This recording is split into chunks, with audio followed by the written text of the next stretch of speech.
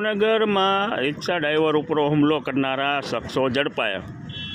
ભાવનગરમાં રિક્ષા ડ્રાઈવર ઉપર હુમલાની ઘટના સામે આવી છે, જે 20/12/2025ના રાત્રે સિંધુનગરથી ચિત્રા ફિલ્ટરની ટાંકી જવા નીકળેલી રિક્ષામાં બેઠેલા પેસેન્જરે ભાડા બાબતે રિક્ષા ડ્રાઈવર સાથે ઝઘડો કરી છરી અને પથ્થરની રિક્ષા ડ્રાઈવરને ઈજા પહોંચાડી અને પંજવણી કરી હતી। તેમનો મિત્ર પર હુમલો કર્યો।